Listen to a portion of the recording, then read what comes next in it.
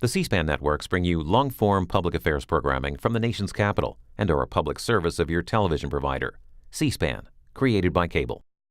I would now like to introduce our witness for today's hearing. The Honorable Kathleen Sebelius is the Secretary of the Department of Health and Human Services. She was appointed to this position in April of 2009 and was sworn in as the 21st Secretary on April 28th, 2009. So I will now swear you in. If you would rise.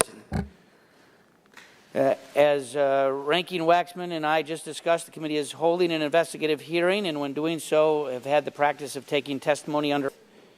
Do you have any objection to testifying under oath?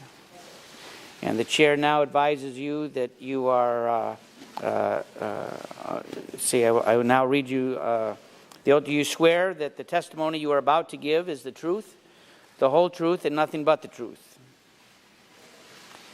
You are now under oath and subject to the penalties set forth in Title 18, Section 1001 of the U.S. Code.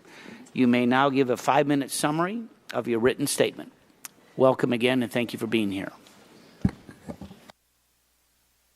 You got to use that mic. You don't know how many people want to hear you this morning. Thank you, Chairman Upton, Ranking Member Waxman, members of the committee. I left my position as governor of Kansas 4.5 years ago for the opportunity to continue work I've been doing for most of my over 35 years of public service, to expand the opportunities for all Americans, regardless of geography or gender or income, to have affordable health coverage. During my years as a state legislator, as an elected insurance commissioner, as head of the National Association of Insurance Commissioners, and as a 2-term governor, and now as HHS secretary, I have worked on that effort that I care deeply about. There are still millions of Americans who are uninsured as well as underinsured, people who have some coverage at some price for some illness, but have no real protection from financial ruin and no real confidence they'll be able to take care of themselves and their families if they have an accident or an illness. And for them, a new day has finally come.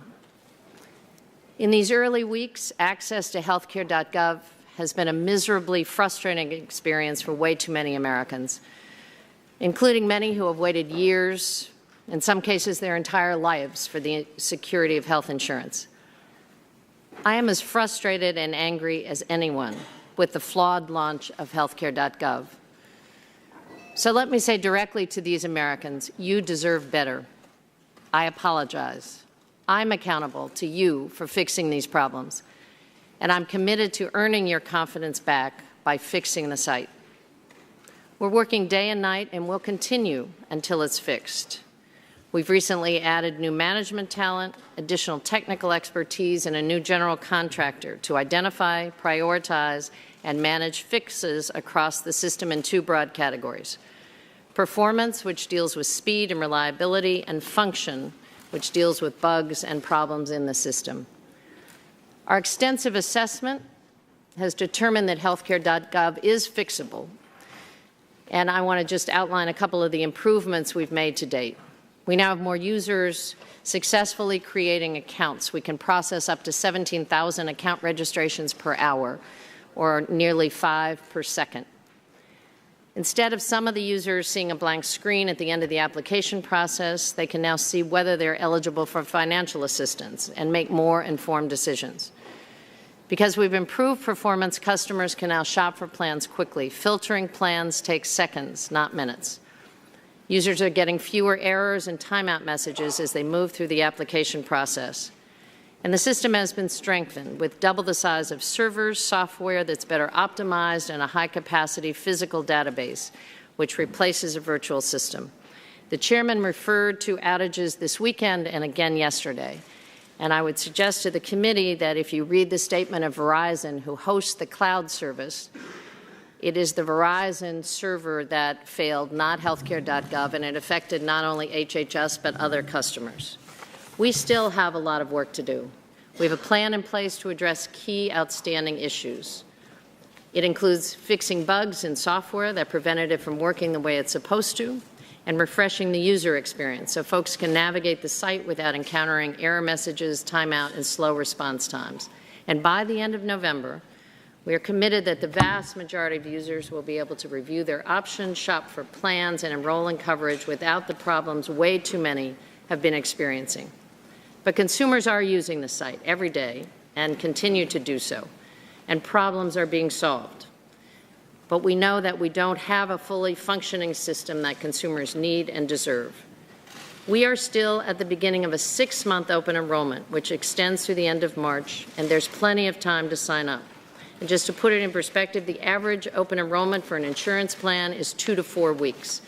The new marketplace has a 26-week open enrollment, and those who enroll by December 15th will be able to access their benefits on day one. Even with the unacceptable problems with healthcare.gov, which we are committed to fixing, the Affordable Care Act, by any fair measure, is working for millions of Americans who are benefiting from new health security: young adults, Americans living with pre-existing health condition, seniors on Medicare. The 85% of Americans who already have health coverage are protected with new rights and benefits. The 15% of our neighbors and friends who are uninsured have affordable new options in a competitive market. And cost growth for health care is lower than it's been in years. Millions of Americans are clearly eager to learn about their options and to finally achieve health security made possible by the Affordable Care Act. And my commitment is to deliver on that promise. Thank you, Mr. Chairman.